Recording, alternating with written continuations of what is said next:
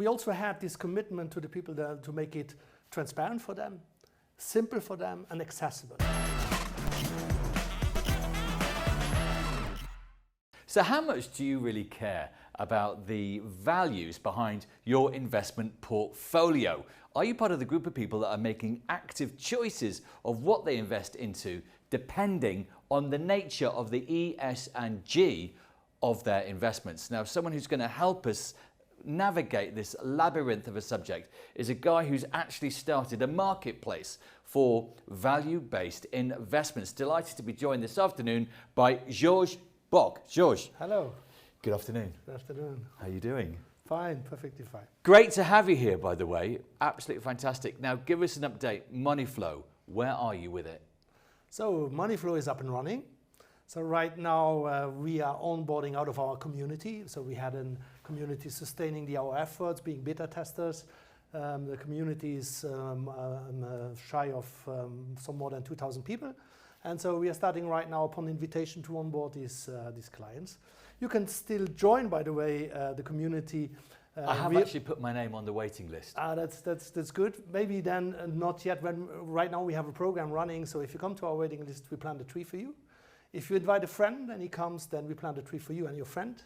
And then we're going to see who is the champion of the trees, and we're going to make a lottery of prize winning up to 1,000 euros for the winners. But so we are going to continue a little bit this community thing, and the community is very important to us.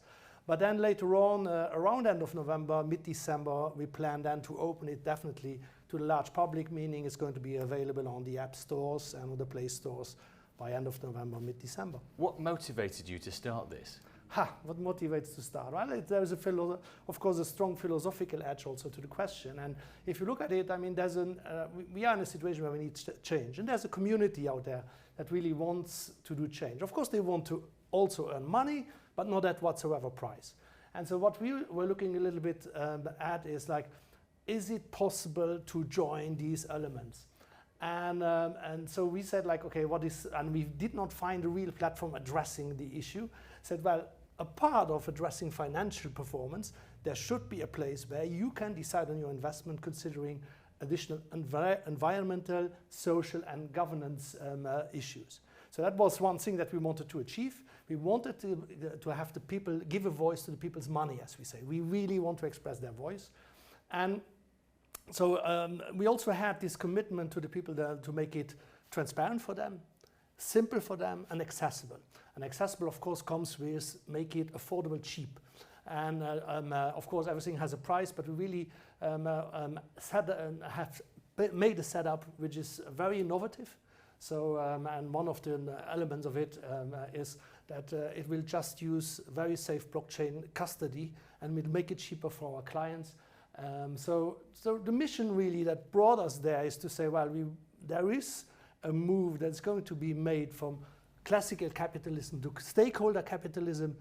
There is democratization in this stakeholder capitalism, and there is a role to be played. And so what we really wanted is that everybody can vote with his money for the economy he wants to have in the future. Right, so I log into the site. What do I get? Do I get a list of potential investment funds that have got different sort of ESG ratings? No, so what a little bit when we were looking at, what does it mean, sustainability for people? So we went into market studies, and so what we found out is that the notion of sustainability is very individual. For some people, it means no oil. For others, they say, well, no nuclear. For others, and so it's going to be up to measure. So then we said, well, we are not on our platform going to dictate to the people what sustainability is. They will decide by themselves. And basically, that's also one of their frustration, that they seem not to be empowered to do so. So we said, so what is really important for us, that we make it available to the persons. Now, there is one, I want to take one thing out. But we also found out that ESG is not the best in communicating with people. Because why? People don't understand it. And it's absolutely true. Everybody that wants to sell ESG as a label is wrong, because it is a reporting framework. And a lot of misunderstanding is coming out of these reporting framework considerations. So what did we do? We said like, okay, ESG people don't get it. What is governance? Why is governance important? Forget about it. My brother, my sister will never fully understand unless I give them an hour course. So what we said, like, let's take something that people can understand. And so we decided and we tested sustainable development goals. So there are sustainable development goals which are recognized, United Nations defined. And so what we are doing, so we are scanning portfolios along the achievement of sustainable development goals. So if you choose a climate change fund, we give you the hit rate on that specific fund. And by that, you can then decide whether it's good enough for you, yes or no. The other thing what we felt where people are very emotional is exclusions. I mean, some people have very strong feelings. Some people do not like palm oil, sure. Coal. Gun manufacturers. Yeah, so we have said, on the one hand, you choose your impact, positive side, but then you might have strong feelings on some people, something that you do not want to touch.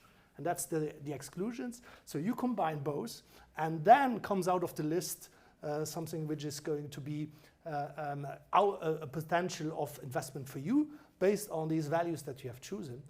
And so we also, that brings us a little bit to this point is, we don't believe that necessarily there needs to be an update on regulation because it is disturbing, but the regulation is the regulation. But what is more important for people have the right tools and have the right understanding on what they are buying. Now, hang on a second. What if I'm an asset manager? I call you. I want to list my fund on your platform, and I've called it the Green Extra Supersonic Boost, but may contain palm oil fund. Joking aside, how are you going to really know if the asset managers are being transparent with you? Yeah, so basically we don't rely on their information. But of course we also, we are working with an agency that is specialized in scanning sustainable investing. And it is really, the agency is called Clarity AI. We are also very transparent around it, and they are just doing this. And so what they are doing, they would take the portfolio of the fund and make their own scan and make their own rating. So they have 3 different matrices. Some are internal to the fund and some are external to the fund. And all this is mixed up to bring it to a rating, and that is the rating that we give our users. Now, you come to a very interesting point. I mean, I can tell you that some asset managers are concerned on the rating they hit because they cannot control the percentage of achieving this or that goal. And as you said, there is this debate going on. I'm called Climate Change Fund, but what if, for example, under our kind of rating, you are the least best in class? Well, you're going to have not necessarily success with our clients. So that's why we are independent. We really want to have this transparency, this neutrality of what we give to the clients, and it's up to them to make their choices. Now, there is a different kind of risk as well, I can see, for your business model. You may end up influencing the wider investment market, and other banks may end up copying what you do. Do you see that as much of a threat? No, I don't really see as much of a threat. I see it the other way around. I mean, at the end of the day, what we really need is the more movement we have on this side, I believe that it's also contribute to our success, but it's also contributing to a more sustainable and a different kind of world where people are not only focusing on financial return, but they also start to bother about certain other goals that they want to achieve. And I think that is a good movement, and I also believe that the future of the market system and the capitalism lies in this kind of movement away from just finance. Finance is important, just finance to other matrices. And I come back to what I learned from managing companies is you measure, you get what you measure. So we start now to measure, and that's why I am convinced that this is going to be the future. Okay, can I give you a different challenge again? Because I can imagine a platform like yours might be very successful with Gen Z, but they don't have too much money to invest. The people you want as clients are people who are 55 plus. But do you think, are they more worried about getting a good yield for their retirement years rather than really caring about these issues? Now, let me say the following. I think there is a bigger community caring about how our world is going to look in 20, 30 years, because very often even 50 years old start to have grandkids and 35 years old start to have kids. So what we really see is that our target, our classical target is from 25 to 55, so they are all in. and they are to a lesser or minor degree interested in what their money does. So I challenge you on that point. I think it's just a matter on how is the weighting. Gen Zs would weight very heavily maybe on certain criteria, while the 55-year-old would say, yes, rather old school, I first choose financial and then I look whether it's not too harmful, but I believe in that and both doing that. So that is one thing. Now the other thing, and there I challenge, and we have to stop the myth that if you invest sustainably, you're going to earn less money. And in order to illustrate that, I give you the benchmark of a non-ESG fund in 2021. All the funds they have more or less made in 21, which was still a good year, it was not the Ukraine war, 16%. And that is the non-ESG fund may have made 16%. What do you think that ESG funds have made? 11, 10. 22. Wow. So, and this is true since ESMA has measured this, and they started in 17. So from 17 to 21, the cumulated, in a cumulated way, the ESG funds are better than non-ESG funds. So the reasoning to say I gave up return for the sustainability is not right. So that's first kind of statement. Why is this? So at the beginning, I was also puzzled. I had to say, 18, 19, I was like, who has falsified this thing? But as we speak about ESMA, they said, well, okay, there must be something.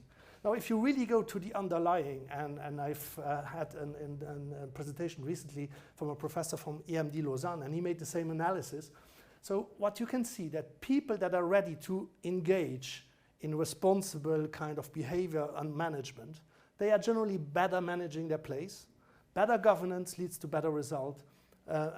Environmental consideration and resource consideration leads to use of less resources. And so these elements are, of course, absolutely drivers to more profit, because if you see what is going to happen is pollution is more and more internalized in the system, and so resources are going to become more expensive. And then last but not least, if you look, the only funds that still have received money in 22, for example, which was a difficult year, were the ESG funds. The normal Article 6 funds have not received any more money. They had an outflow, net outflow, which is also the fact that if everybody wants to go after a certain asset, there's a higher demand than offer, which leads to higher prices.